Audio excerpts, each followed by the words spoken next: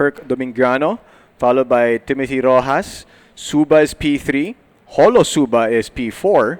So the brothers are right next to each other in this race. Resultay is P5. Doblada, P6, followed by Travis Canoy Jr. And then Vortex Suba. So there are 3 Subas in this starting grid. Ricardo Balingkit is P9. And then Thurston Omagap is P10. And then they are off. So this is not a warm-up lap. This is the race. They have started. Bike number 20, Kirk Dominguano will lead first turn. So Dominguano is ahead, followed by bike number 14, that is VR Suba, getting 1 position so far. And I'm sure, no, tetestingin muna nila yung buong track condition bago sila mag-overtaken. So the track, as you can see, is a little bit more wet than it was earlier this morning.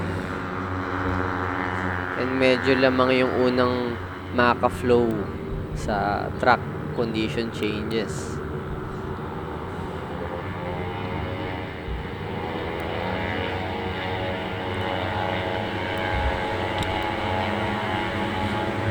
You know, we were talking kanina before the race started. VR Suba, maybe the most experienced rider in this group. He also managed to get the race in already today. Yeah. So medyo alam niya siguro na yung feel of a slightly wet track. But of course, it's a little bit more wet now than it was kanina.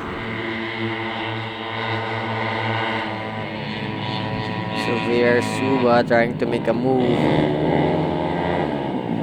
And that's number 20 in front of him, Kirk Dominguano. Timothy Rojas follows.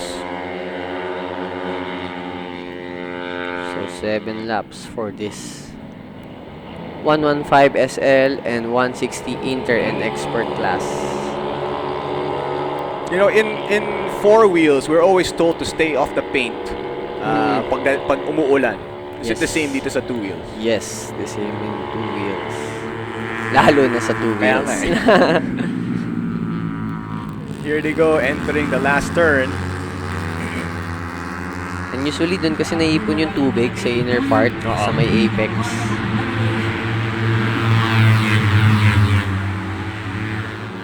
So the riders have crossed the start-finish line. Dominguano, Suba, Rojas, Suba, top 4. Followed by Resultay, Doblada, Canoy, and another Suba. So there are 3 Subas in the top 8 as we complete the first lap.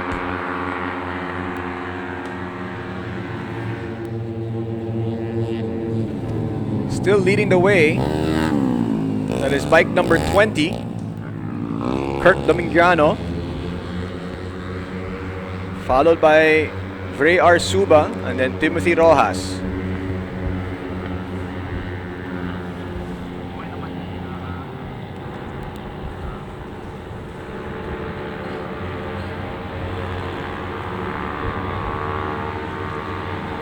You can see the water on the track right here.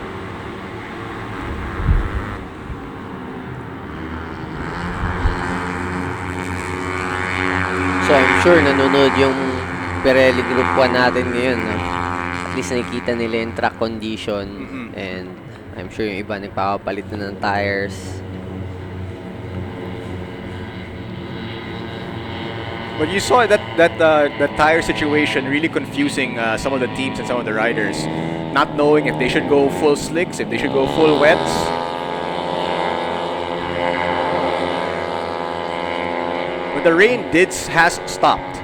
Yep. So, and kaso pagka ganitong cloudy pa rin and walang araw, hindi matutuyo yung track. So I'm sure walang gagamit ng slick tire for this morning race. And we can see some clouds now above BRC. Some rain clouds. It is quite dark.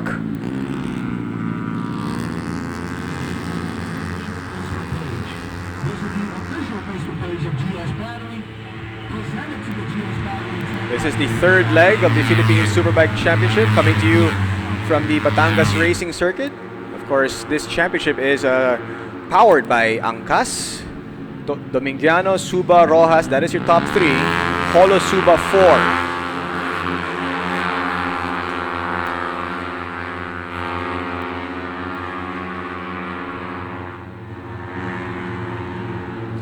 This is the 115 SL and 160cc intermediate and expert class.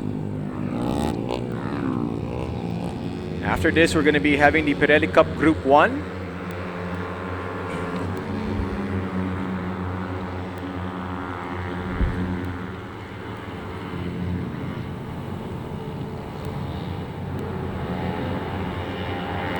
There's a little bit of a gap now between Kirk Domingiano and Vreyar Suba. Domingiano giving the fastest time so far in this race with a 2:10.359. Vreyar Suba and Timothy Rojas are close behind him though with 2:11s. Actually, Holo Suba is at a 2:10 as well.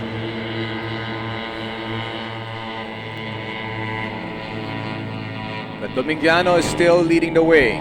And may kita mo, no, hindi siya stiff on the bike compared to ibang rider.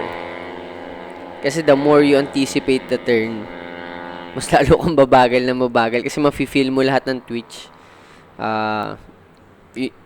Based on experience, pagka wet race na kahit naka-rain tire ka, talaga may mga twitches eh. From brake, cornering, to acceleration. May mga mafe-feel kang konti-konting twitch. And pagka pumasok yun sa focus mo, wala na. Talagang i-anticipate mo na. So, ayaw mo ng gasan, ayaw mo na mag-late brake, ayaw mo ng mga sudden turn. Pati yung camera natin may twitch. There's a little bit of a gap now between Domingiano and Suba. It's a gap, almost 2 second gap now between the two. As Domingiano looks back to see how far Vreyar Suba is.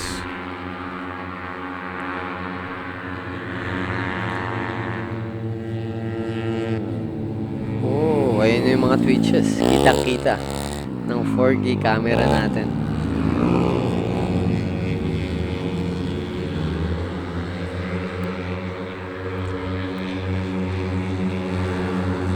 We do want to say hello to all of the viewers who are watching us sa Facebook and also sa YouTube.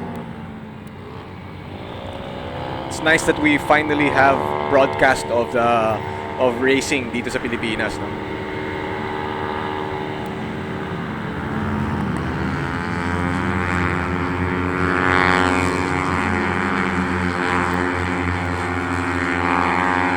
We want to say hello to the 290 viewers that we have so far dito sa third leg ng Philippine Superbike Championship. Ito po yung PSR 115 SL and 160cc Intermediate and Expert Division. That is Kirk Domingiano, your race leader, followed by Vreyar Suba and Timothy Rojas.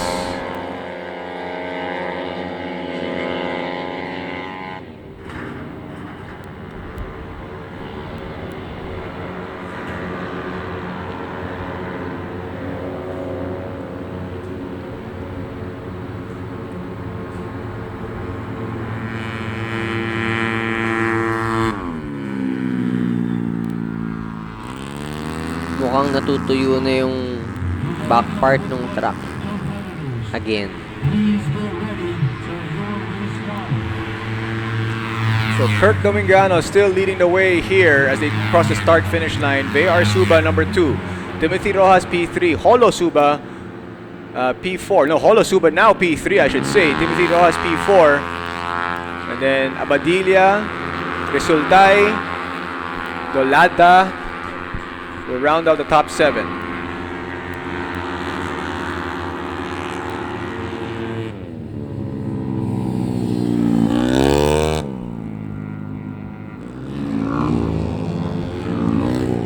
Sabi ni Michael Aguilar, nice idol Reynel Resuelo.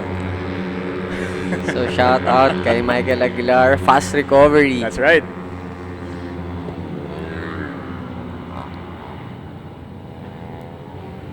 Baka naman gulatin mo kami Michael Aguilar sa Clark round, ha? Pagbalik Baka natin sa nakasuit ka Clark. na dun. Ready for Ducati Cup. It's good to see him active once again.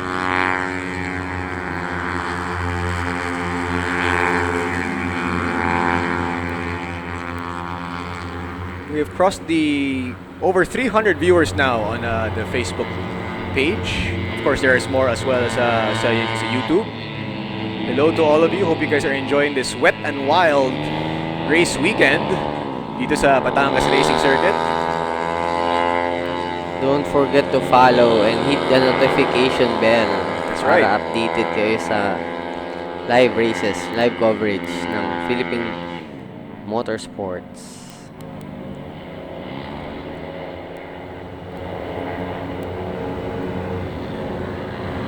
If you're just joining us, earlier today, we saw the first race victory of Dashi Watanabe for this season. We also saw the first race victory in the 400cc category for EJ Sobretodo. Ito naman yung 115 SL 160cc intermediate and expert division. And Kirk Domingiano still leading the way, looking very dominant in this race, while the Suba brothers, VR and Holo, are rounding up the top 3 at the moment. And mukhang natutuyo na yung track natin. So ito yung ito yung confusing part for our Pirelli Cup riders, if they will use a slick tire or kasi ang dulas ng slick tire pagka may konting basang part.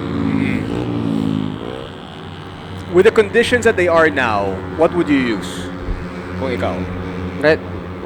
Rain tires. Rain tires pa rin. Ang challenge kasi sa kanila, what if hindi umulan mamaya? Or umulan mamaya, nagamit na nila yung rain tires nila. Papayagan pa ba sila? Or meron pa bang matitira sa rain tire nila? Kasi if may dry part or dry yung part, yung likod ng truck, mauubos yun eh. So pag umulan mamayang hapon, yun yung risk. Baka hindi sila pakarirahin or wala na silang natitirang gulong.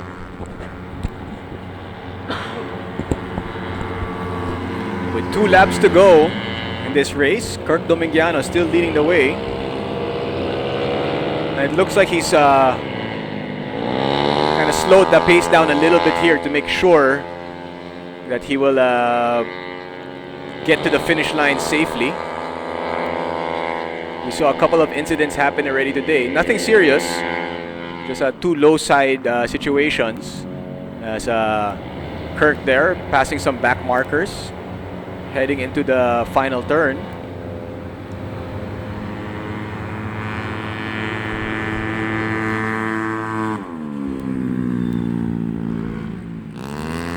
Entering his final lap. Kirk. Mukhang tuyo na yung last turn. Oo. Saka front straight. But that's the confusing part kasi there's still some parts of the track na medyo basa pa. Like the middle section of the track still looks a little wet. Yung part na lang na yun, yung pagpipilian mo. Kung papakarirahin ka ng race 2 in case na umulan tapos wala ka nang magamit na tires. Or baka magkakaroon ng voting kung anong pwede nilang alternative.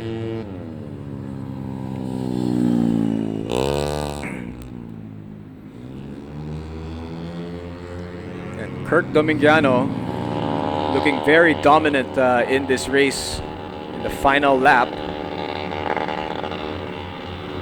And yun din, Gino, yung isa sa mga challenges, no? Pagka biglang umulan, biglang natuyo, is yung pila sa tire changer. So if wala kayong tire changer, medyo, alam mo, tulad kanina, umulan, nagpapalit ka na ng wet tires, tapos nakita mo tuyo na yung kalahati ng truck, pipila ka ulit na magpapalit, and it takes time to remove the wheel from the bike, dalhin sa tire changer, put back the tires, reassemble, and yung time, hopefully, lahat mabalik nila ng tama yung setting ng bike nila and matighten ng tama yung mga axles nila. So, sa mga nanonood ngayon na team, make sure yung mga bikes nyo all set, ma-bleed nyo yung mga brakes, ma-torque, ng tama yung mga bolts.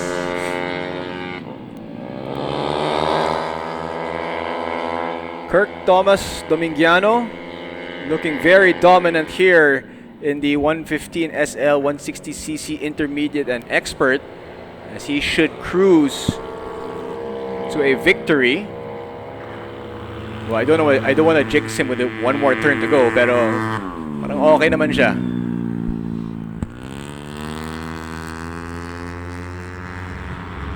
And there he is, a very dominant victory here. As you see the celebration as he crosses the start-finish line. Congratulations to Kirk Thomas Domingiano.